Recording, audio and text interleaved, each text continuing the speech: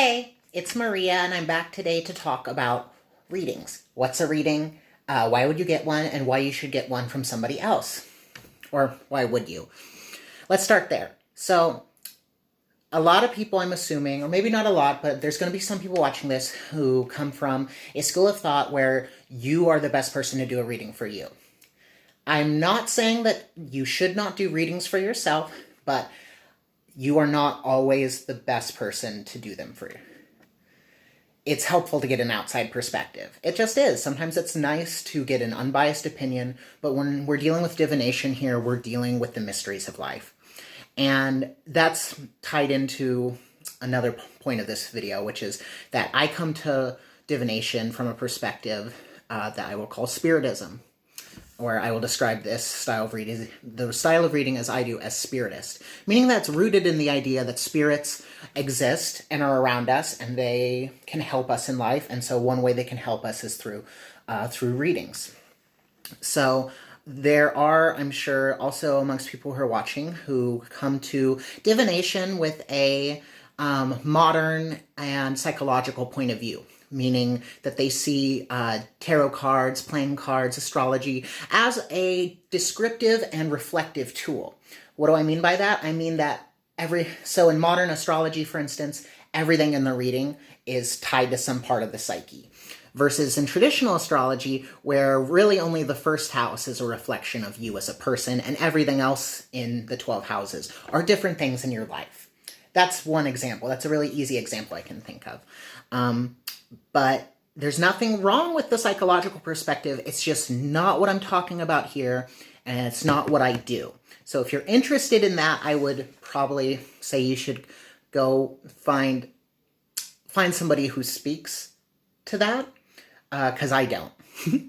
So I come from what I would call a spiritist background, meaning that I believe in spirits, and I believe spirits have effects on us, and we can interact with them. And divination is one of the ways you can do that. So that's one reason for the why would you get a reading. Why would you get a reading? Because you want to, because you want an answer to a question, and you don't have the answer, and you realize you don't have that answer. So that's kind of a big thing. Getting a divination is of kind of an act of humility. It's you saying, I don't know, I need help. We don't have all the answers. It's just as simple as that. So, what is a reading? Well, it really depends on the tradition you're using. So let's just talk about cardomancy for here. So when I do a reading for clients, I offer a glass of water and a candle, which I have here to demonstrate, to my spirit guides and my ancestors. And I call upon them to be with me while I work so that I can work correctly and so that I can give true answers. I always start my readings by praying over my cards and calling to my spirits. And I also call upon the spirits who walk beside and protect my querent and client. I use those words interchangeably. Not really important. So I call the spirits in. That's where my readings start off with. I call upon the spirits. I ask them. I humbly offer them water so they can refresh themselves. I offer light so it can help guide us both while we work. There is a lot to this really simple thing you can do that can accomplish quite a bit. So who are the spirits? Like I already said, like I said, these are our ancestors, so spirits of the dead.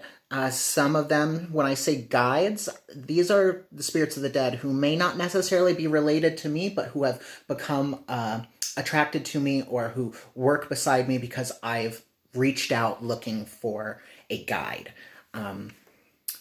So when I do readings, that's kind of who I'm appealing to. I'm appealing to the dead, and I'm appealing to those mighty dead who can help me and who already have an interest in helping me. And I call upon those who belong to my querent as well, because it's kind of like we're having a conversation between our spirits that come out through the signs that are shown when I draw the cards. That's another thing about what a reading is. A reading, from my perspective, is not just a random drawing of cards. When I shuffle the cards and ask the question, I ask the question every time that I shuffle it, because I'm asking the spirits to give me a true answer. Meaning that when I'm shuffling, it's not just a randomization of the deck, it is the spirits themselves placing the cards where they need to be so that they can speak. And then it's my job as a diviner to look at those cards and properly translate them, essentially. I see divination and the different systems of divinations as symbolic languages. I know I was railing against the psychological perspective earlier with these, but symbols are important because even all written languages are comprised of symbols. Letters are really just symbols that once put together make larger symbols, which are called words. And in divination, and cardomancy specifically, it works much the same way. Think of a card as being an element of a larger, like being a letter in a larger word, and then words being placed in the context of a sentence. It's much the same thing with the spreads of cards. You're trying to not just tell your client what each of the cards means individually. You're looking at them all together and you're speaking what is said in front of you. That's kind of the easiest way I can think of putting it when I'm explaining what a reading is when you get a reading from me. Because also, again, that's really what I'm talking about here, is what I do. And while what I do is rooted in tradition, I'm not going to say it's the exact same as how other people do it, because there are many styles of cardomancy and there are many styles of divination, and there are many different ways of working with spirits. So I don't really believe in perennial philosophy, and I don't really believe in universalism when it comes to spirit work. So really, it just all this depends on, one, who you are as a reader, or two, if you're a client and going to a reader, it depends on who your reader is and what their background is. And so that's going to be something you're going to have to discuss with them. So why would you get a reading? You get a reading because you have a problem, you don't know the answer. I kind of already said that. Again, let me just kind of rephrase this in another way.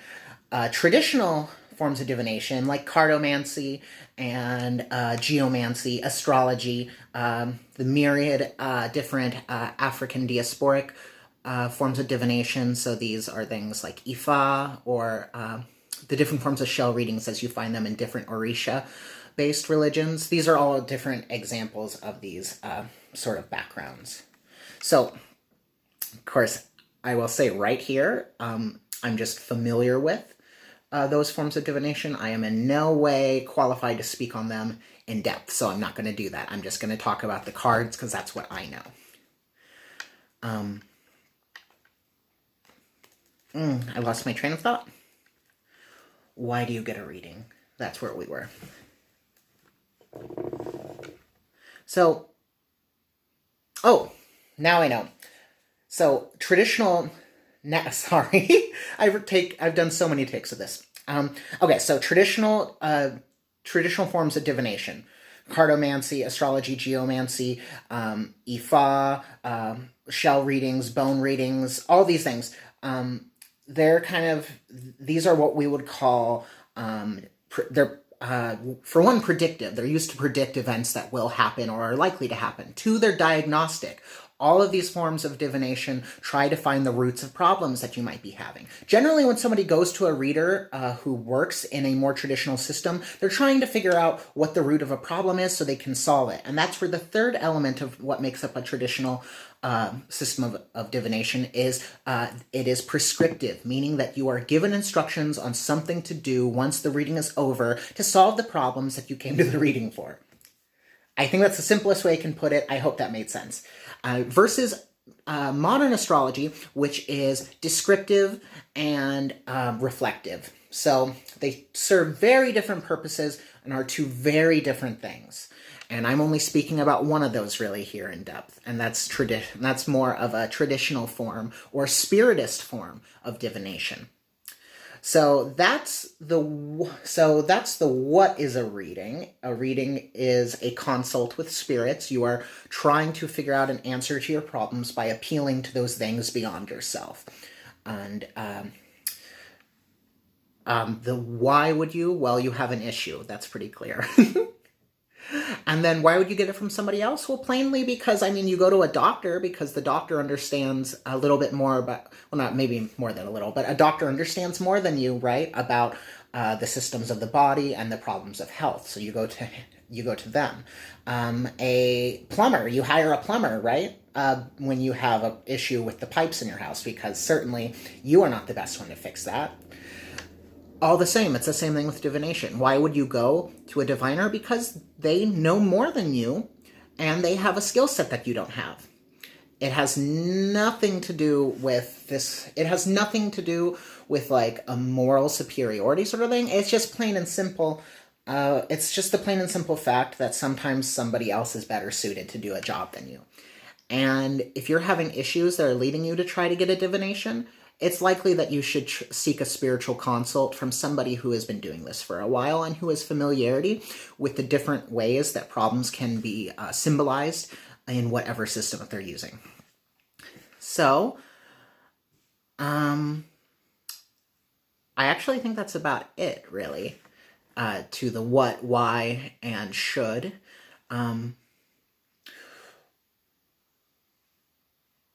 I don't think I have anything else to say there. I've taken so many takes of this video, and I actually think this shorter one kind of gets to the point a little bit better. I guess as a reader, I'm going to talk here to people who are interested in divining. What we're doing isn't like TV mediums or psychics. We're not following this new age sort of concept of like a person being able to come in and to read like the auras of somebody else. I'm not super big on that style of reading because it's too close to cold reading to me. So, you know, when I give a reading to somebody, I ask them a lot of questions. Mostly those questions are going to be driven by what I'm seeing in the cards, but I'm not going to look at the cards and look at the querent and then just pretend like I know absolutely everything. I need to talk with the querent and get a better sense of who they are and what's going on in their life so I can look at the cards and accurately place what those omens are in the context of their life. We're not omnipotent beings as readers. We're not. We're not, and you're fooling yourself if you think you are. And as a querent, for the people who want to get readings out there, don't go into the reading expecting the diviner to know everything about you. Be open to sharing what the issues are that you're facing and be willing to share as much as possible. Think of this as it is like a counseling session in many ways. So, just be aware that you're going to be in a vulnerable position because you're going to likely be talking about things that are very close and maybe private. But that's why you're here, right? You had a problem and you didn't know how to solve it. So now you're talking to a diviner. There's nothing wrong with that. Just understand that we can only really work with, we can really only work with you so much unless you can give us enough context to be able to properly interpret the signs that show up. That's basically it. So when you get a reading, just know what kind of person you're going to. Are they a traditionalist? Do they come from a modern or new age practice? Is that what you're looking for? Because I might be speaking to the wrong sort of people when I'm talking right now. Like some of you might want more of that modern style of reading, and that's okay, but just know that not every diviner you go to is going to do that. Likewise, if you're interested in getting a question answered, and given kind of like steps to move forward, don't expect that from the average reader you find in a new age or metaphysical shop. And I'm talking about that in like predominantly northern areas of the United States, especially. People who do like crystal readings and things like that. Don't really expect solid answers to be given to you from people like that. I know that sounds harsh, but it's just kind of the truth of it. These are two different styles of things, and it just really depends on what you want. So, that being said, I think I've largely covered everything I wanted to. If you have any more questions, just post them as comments. Also, if you're interested in a reading, please email me. My emails can be included in the description down below. You can also message me via my Facebook page or on my Instagram if you don't quite like email, and I'll include those down below as well.